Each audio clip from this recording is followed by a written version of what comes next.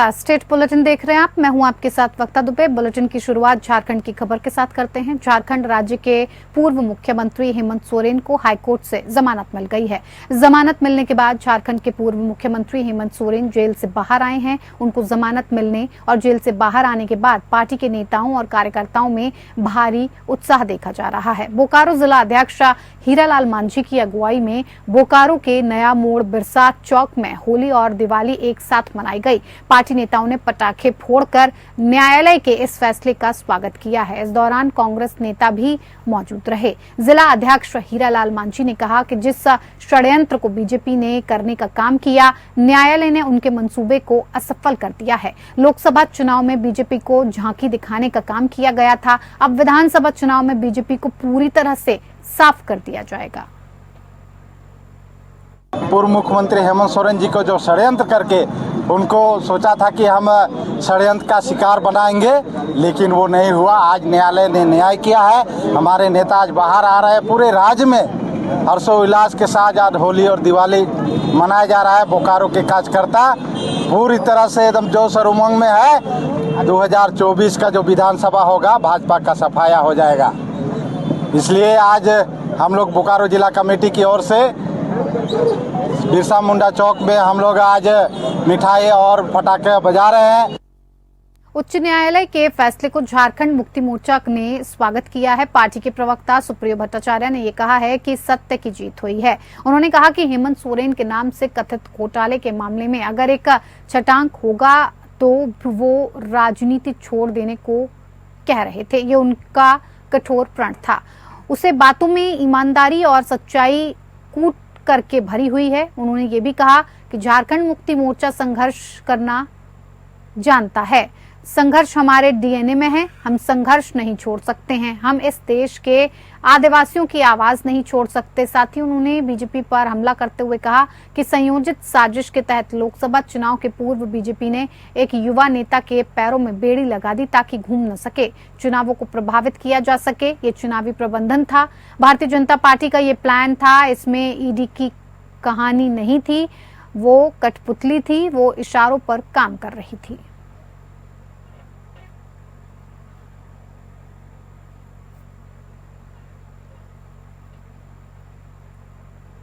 BJP के प्रदेश अध्यक्ष बाबूलाल मरांडी ने प्रदेश कार्यालय में सभी जिले के अध्यक्ष और जिला प्रभारी के साथ बैठक की। कहा जा रहा है कि उक्त बैठक में बीजेपी प्रदेश अध्यक्ष ने सभी जिला अध्यक्ष और जिला प्रभारी को साल के अंत में होने वाले विधानसभा चुनाव की तैयारी में लग जाने का निर्देश दिया है। साथ ही विधानसभा वार पार्टी की स्थिति मजबूत करने के लिए भी जरूरी दिशा निर्देश दिए गए हैं। आपको बता दें कि संपन्न लोकसभा चुनाव में बीजेपी के प्रदर्शन को संतोषजनक नहीं कहा जा सकता। बीजेपी सभी रिजर्व 5 सीटों पर चुनाव हार गई थी।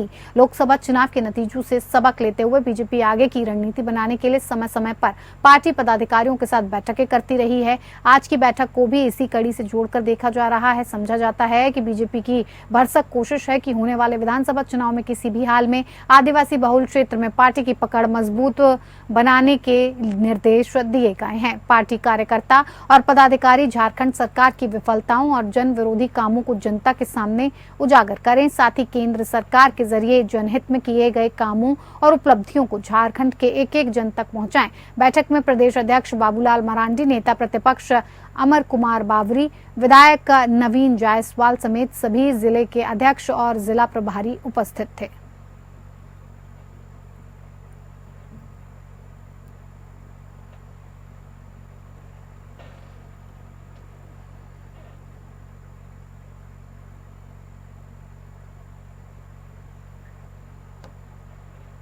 जिला अध्यक्षों और प्रभारियों के साथ मरांडी की बैठक हुई और तमाम तरह से पार्टी ने अपनी तैयारियों को करने के निर्देश भी दिए हैं। विधानसभा चुनाव की तैयारियों में लगने के निर्देश अभी से जारी किए गए हैं। साथ ही साथ बीजेपी के काम को जन जन तक पहुंचाने के भी निर्देश पार्टी पदाधिकारियों को दिए गए हैं, क्योंकि जिला अध्यक्ष और प्रभारियों के साथ मरांडी की इस बैठक से ये साफ हो गया है कि भारतीय जनता पार्टी का लोकसभा चुनाव में जिस तरह का प्रदर्शन रहा, उस प्रदर्शन को और बेहतर बनाने के लिए विधानसभा चुनावों में किसी तरह की कोई चूक ना हो जाए, उस बात का ध्यान रखते हुए पदाधिकारियों के साथ बैठक की जा रही है और तमाम जगह जन जन तक पहुंचाने के लिए भारतीय जनता पार्टी के कामों को ये प्रयास किया जा रहा है कि सारे पदाधिकारी मिलजुल कर इस पर काम करें और आने वाले विधानसभा चुनाव में भारी बहुमत के साथ भारतीय जनता पार्टी विजयी हो।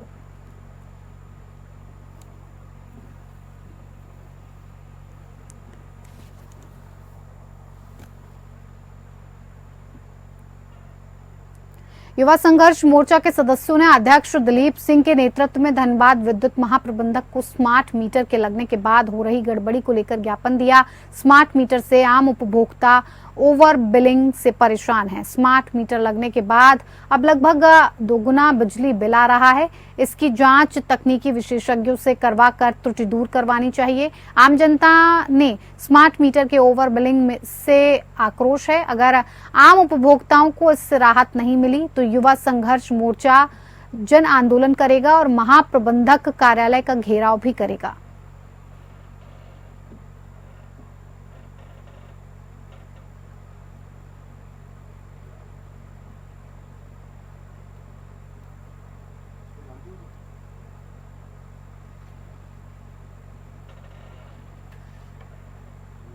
एक जुलाई से देश में कानूनी धारा और कानून के कुछ व्यवस्था में बदलाव होने जा रहे हैं। भारत सरकार की तरफ से नए कानून को लोकसभा में पारित किए जाने के बाद राज्य से लेकर जिला स्तर तक इसकी तैयारी और पदाधिकारी को जानकारी देने के उद्देश्य से कार्यशाला का आयोजन किया जा रहा है।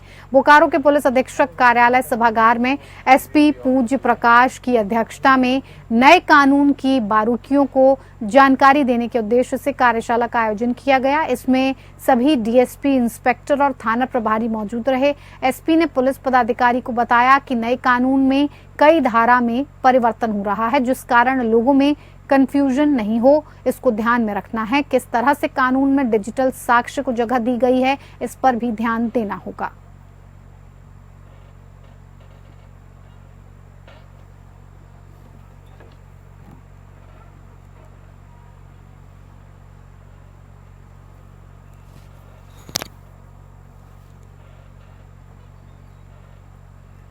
गर्मी के मौसम में पानी की समस्या आम है, लेकिन जब लोग पीने के पानी के लिए परेशान रहें तो ये सरकार और प्रशासन के लिए चुनौती है। बोकारो के चास प्रखंड अंतर्गत चंदन कियारी विधानसभा क्षेत्र में पड़ने वाले कांड्रा पंचायत के लोगों को पीने के पानी की समस्या से प्रतिदिन 2-4 होना पड़ता है। महिलाएं 1 किलोमीटर का सफर तय करके नेशनल हाईवे को पार कर चापानला में पानी लेने जाती हैं। वहां भी उन्हें घंटों इंतजार करना पड़ता है कि कब उनकी बारी आएगी। ग्रामीण महिलाओं का कहना है कि घरों में काम छोड़कर उन्हें पानी लाने जाना पड़ता है। सड़क पार करने में उन्हें हादसे के खतरे का भी डर सताता है। पानी की समस्या को दूर करने के लिए कोई भी जनप्रतिनिधि नहीं आते। महिलाओं ने सरकार से शुद्ध जल का नल उपलब्ध कराने की मांग की है। वहीं लोगों का कहना है कि चुनाव के वक्त नेता वोट मांगने आते हैं, हाथ जोड़कर वोट मांगते हैं और सभी समस्याओं को दूर करने की बात करते हैं, लेकिन चुनाव खत्म होने के बाद समस्या को वो भूल जाते हैं। जब लोग उनके पास जाते हैं तो उन्हें दुत्कार कर भगा दिया जाता है।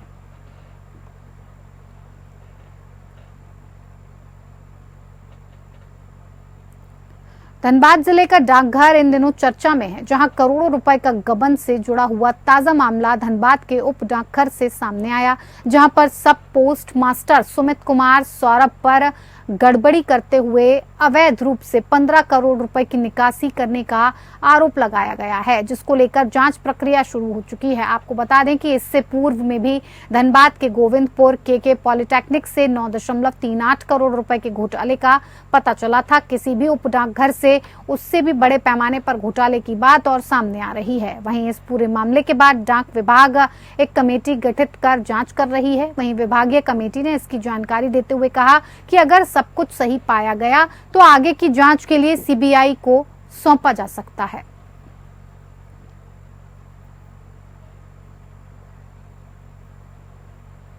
अब खबर बिहार से। बिहार के अररिया, सीवान, मोतिहारी और किशनगंज में पुल टूटने के बाद शुक्रवार को मधुबनी के मधेपुर में निर्माणाधीन पुल का गार्डर गिर गया, जहां मधुपुर प्रखंड के भूतही बलान नदी पर इस पुल का निर्माण हो रहा था।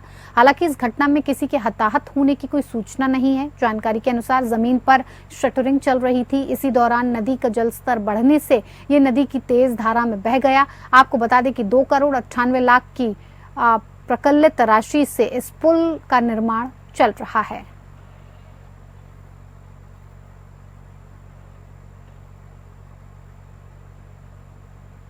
मुख्यमंत्री विष्णुदेव साय ने माओवाद प्रभावित क्षेत्रों में विकास कार्यों को प्राथमिकता देते हुए सुचारू आवागमन के लिए सड़क, पुल, पुलियों और अन्य शासकीय निर्माण कार्यों को उच्च गुणवत्ता के साथ निर्धारित समय सीमा में पूर्ण करने के निर्देश दिए। माओवाद प्रभावित क्षेत्रों में संचालित निर्माण कार्यों को शीघ्र पूरा किए जाने के लिए आवश्यक सुरक्षा व्यवस्था उपलब्ध कराने के भी निर्देश मुख्यमंत्री साय ने दिए हैं। मुख्यमंत्री विष्णुदेव साय ने सर्किट हाउस रायपुर में आयोजित यूनिफाइड कमांड की बैठक में ये कहा कि छत्तीसगढ़ राज्य में माओवादी गतिविधियों में निरंतर कमी आ रही है। राज्य में केंद्रीय सुरक्षा बलों और छत्तीसगढ़ पुलिस की तरफ से बेहतर तालमेल के साथ माओवादियों के लिए विरुद्ध सफलतापूर्वक चलाए जा रहे संयुक्त अभियान के कारण ये संभव हो सका। माओवादियों के विरुद्ध चलाए जा रहे सघन अभियान के साथ साथ शासन की नवीन नियत नीलानार योजना के तहत विकास कार्यों में भी तेजी लाई जा रही है, जिससे आम जनता का शासन और प्रशासन के प्रति विश्वास बढ़ा है।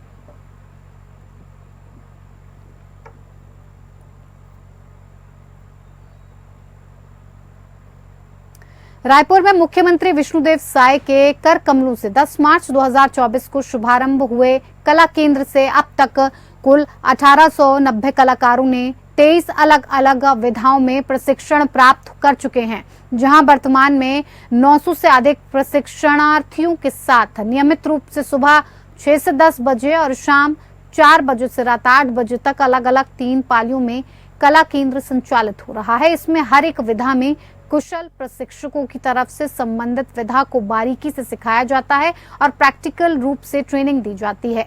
आपको बता दें कि कलेक्टर डॉक्टर गौरव सिंह के मार्गदर्शन में नालंदा परिसर स्थित कला केंद्र का संचालन हो रहा है। इस केंद्र में बच्चे और युवाओं को कुल 23 विधाओं का प्रशिक्षण दिया जा रहा है। कला केंद्र परिसर में गाने की रिकॉर्डिंग के लिए कक्ष का निर्माण भी किया गया है। परिसर में निर्मित ओपन मंच पर सांस्कृतिक कार्यक्रमों की समय समय पर प्रस्तुतियां होती हैं। प्रत्येक कमरा वातानुकूलित है और परिसर में शुद्ध पेयजल, शौचालय के साथ पार्किंग की व्यवस्था है। परिसर में सुरक्षा के लिए गार्ड भी रहते हैं।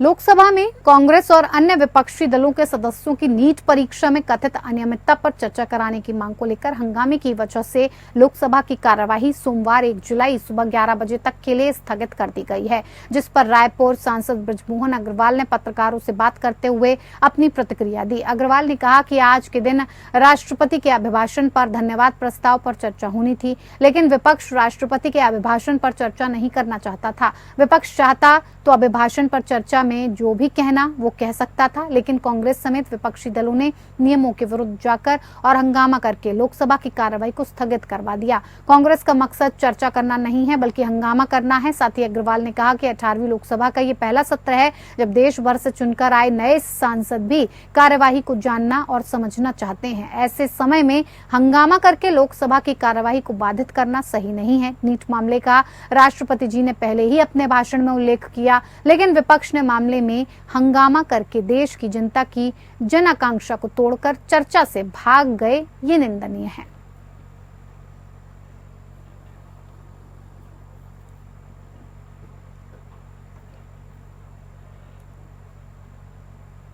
राजनांदगांव जिले के डोंगरगढ़ के पंजीकृत प्रेस क्लब प्रिंट और इलेक्ट्रॉनिक मीडिया का संयुक्त संगठन प्रेस क्लब का चुनाव नए रेस्ट हाउस में चुनाव अधिकारी वरिष्ठ अधिवक्ता आर.के. ठाकुर के मार्गदर्शन में संपन्न हुआ। 3 पदों के लिए कुल 6 लोगों ने नामांकन भरा था, जिसमें क्रमशः वरिष्ठ पत्रकार सोनू कुमार सिन्हा और किशोर परमार ने अध्यक्ष पद के लिए, वरिष्ठ पत्रकार प्रणय अग्रवाल, कोषाध्यक्ष पद के लिए कामेश्वर प्रसाद साहू और सचिव पद के लिए युवा पत्रकार अभिलाष देवांगन, दिनेश निषाद ने नामांकन भरा था। सहायक चुनाव अधिकारी सुमित साहू ने कहा कि अध्यक्ष पद के लिए 2 नाम में वरिष्ठ पत्रकार किशोर परमार ने नामांकन भरा था। सिन्हा के समर्थन में नाम वापस ले लिया गया। इसी प्रकार से कोषाध्यक्ष पद के लिए कामेश साहू ने नामांकन भरा। अग्रवाल के समर्थन में नाम वापस ले लिया और सचिव पद के लिए दिनेश निषाद ने भरा था। देवांगन के समर्थन में नाम वापस ले लिया। इस तरह से तीनों पदों के लिए पदाधिकारी 3 साल के लिए निर्विरोध चुने गए।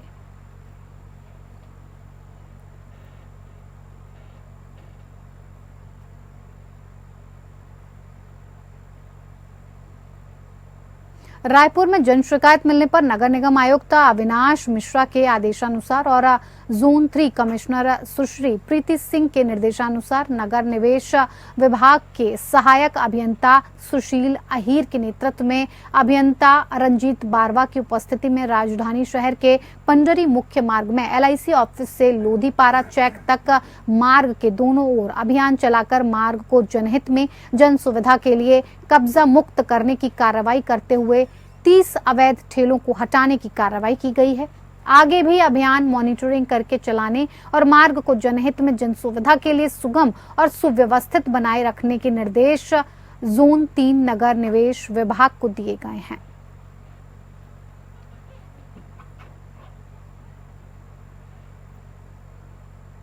खबर मध्य प्रदेश के मुरैना से, जहां घर से स्कूल के लिए निकले 5 मासूम बच्चे लापता हो गए। बताया जा रहा है कि बच्चे घर से स्कूल के लिए मार्कशीट लेने के लिए निकले थे। 5 बच्चों की उम्र 13 साल बताई जा रही है। सभी बच्चे कक्षा 8 की अंक सूची लेने के बाद हाई स्कूल में एडमिशन के लिए गए थे। वहां से सभी बच्चे लापता हो गए। परिजनों की तरफ से सभी बच्चों को दिन भर ढूंढने पर जब बच्चे नहीं मिले तो थाने पहुंचकर गुमशुदगी की रिपोर्ट दर्ज कराई गई, जिसके बाद पुलिस लापता बच्चों की तलाश में जुट गई है।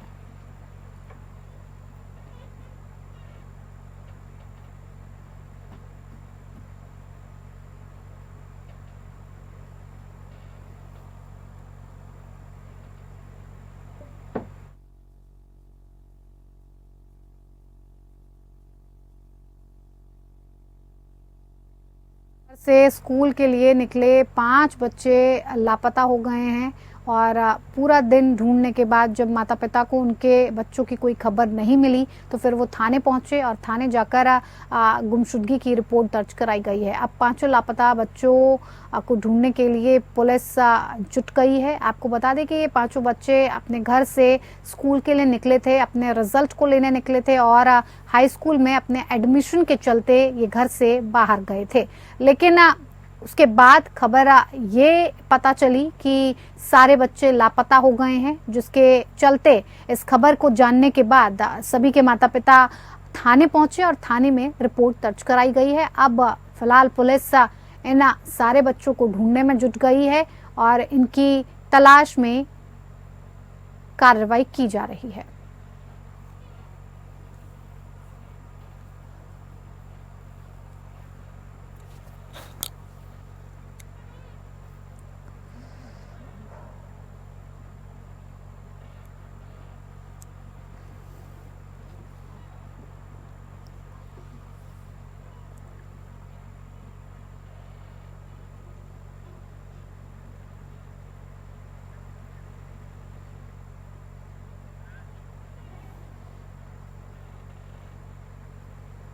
इधर महाराष्ट्र के मुख्यमंत्री एकनाथ शिंदे के आदेश के बाद थाने में अवैध तरीके से बांधकाम और मादक पदार्थ बेचने और सेवन करने वाले हुक्का पार्लर और बार पर तोड़क कार्रवाई की शुरुआत हो चुकी है। थाने पुलिस के जॉइंट कमिश्नर ज्ञानेश्वर चौहान ने यह बताया कि थाने महानगर पालिका के अंतर्गत आने वाले अवैध हुक्का पार्लर और मादक पदार्थ बेचने वाले बार एंड रेस्टोरेंट पर तोड़क कार्रवाई की शुरुआत हो चुकी है और हमने हमारे थाने पुलिस की तरफ से यहां पर हैवी फोर्स डिप्लॉयड कर दी है ताकि कोई भी अनहोनी ना हो। इसके अलावा हमारी तरफ से मादक पदार्थ बेचने और सेवन करने वालों के लिए एंटी नार्कोटिक सेल और थाने क्राइम ब्रांच की तरफ से ऐसे तमाम पैडलरों के ऊपर नजर रखी गई है। जहां जहां पर ऐसे मादक पदार्थों को बेचा और खरीदे जाते हैं उन पर भी तोड़क कार्रवाई की जा रही है। मेरी तमाम परिवार वालों से निवेदन है कि आप अपने बच्चों के ऊपर खास करके ध्यान रखें कि आपका बच्चा किन लोगों की संगत में रह रहा है। इसके अलावा अगर पेरेंट्स को पता है कि बच्चा मादक पदार्थ का सेवन कर रहा है तो बच्चों के साथ थोड़ा सहयोग करें और हमें उसकी जानकारी दें, ताकि जो मादक पदार्थ बेचने वाले थाड़े और उसके आसपास के परिसर में अगर मादक पदार्थ बेचते हैं तो उनको पकड़ने में आसानी होगी और आपके बच्चों की पूरी जानकारी ये हमारे तक रहेगी। भारतीय न्याय संहिता, भारतीय नागरिक सुरक्षा संहिता और भारतीय साक्ष्य अधिनियम लागू होने में गिनती के दिन बचे हैं। सरकार ने अपने सभी संसाधनों के साथ 1 जुलाई को इन लागू करने की तैयारी भी पूरी कर रखी है। नए कानून को लेकर एपीएन न्यूज की टीम ने नर्मदापुरम जिला न्यायालय के वरिष्ठ अधिवक्ताओं से नए कानून पर चर्चा की है। क्या कुछ कहा है, आइए आपको दिखाते हैं। इस वक्त हम मौजूद हैं नर्मदापुरम जिले के जिला न्यायालय में। यहाँ पर जो भारत सरकार 1 जुलाई से नया कानून लागू कर रही है उसको लेकर हमारे साथ वरिष्ठ अधिवक्ता मौजूद हैं, हम उनसे चर्चा करते हैं। हमारे साथ मौजूद है वरिष्ठ अधिवक्ता के थापक जी, उनसे चर्चा करते हैं कि नया कानून को किस तरह से देखते हैं। नया कानून जो आया है वो अपनी जगह ठीक है। उन्होंने अपनी सहूलियत के लिए हिसाब से कुछ धाराएं उसमें कम की हैं, कुछ धाराओं को उसमें उन्हें सेक्शन उनके चेंज किए हैं। जैसे 125 पुरानी थी उसको 144 किया है। इस तरह के जो कुछ परिवर्तन हुए हैं वो शासन अपने स्तर पे उनको जो भी कर रही है, देखते हैं उसमें आगे क्या होता है। बार किस तरह से इसको समझेगा अगर नया कानून है? बाहर को समझने की बात क्या है, बाहर ने तो जब हम लोग अधिवक्ता बनते हैं तो तब भी हम पढ़ के आते हैं धाराओं को, और अब जो नया कानून आया है तो हमें फिर से उनको पढ़ना पड़ेगा, फिर वो धाराओं को देना पड़ेगा, देखना पड़ेगा। अभी तक हमारे और जनसामान्य के उस पे एक सामान्य धाराएं जैसे 125 थी, 376 थी, 377 थी जो एबलिश कर दी है इसमें, और अन्य जो धाराएं थी जो लोगों को सामान्य तौर पर रटी रहती थी, अब उनको फिर से समझना पड़ेगा, उनको फिर से बताना पड़ेगा कि अब ये नहीं, ये हो गई है। ये नए कानून की अच्छाइयां क्या रहेंगी और क्या कमियां पाई? कमी का तो जहां तक प्रश्न है, मेरे हिसाब से तो कोई कमी इसमें सब दिखती नहीं है। यदि मान लीजिए इनमें धाराओं का परिवर्तन किया था तो मेरा व्यक्तिगत सुझाव इस बात में यह है कि यदि उनकी परिभाषाओं में और उनके दंड के स्वरूप में भी यदि कोई परिवर्तन होता तो शायद मेरे ख्याल से ये लगता कि ये परिवर्तन हुआ है, इस तरह का ये इसमें प्रावधान नया किया गया है। तो निश्चित रूप से वकीलों का यह कहना है कि ये नया कानून जो है इसमें कुछ अच्छाइयां भी है, कुछ बुराइयां भी है, और इसको कानून को हमें समझना पड़ेगा। Gajendra Rajput, APN news. चलिए इस बुलेटिन में इतना ही। नमस्कार।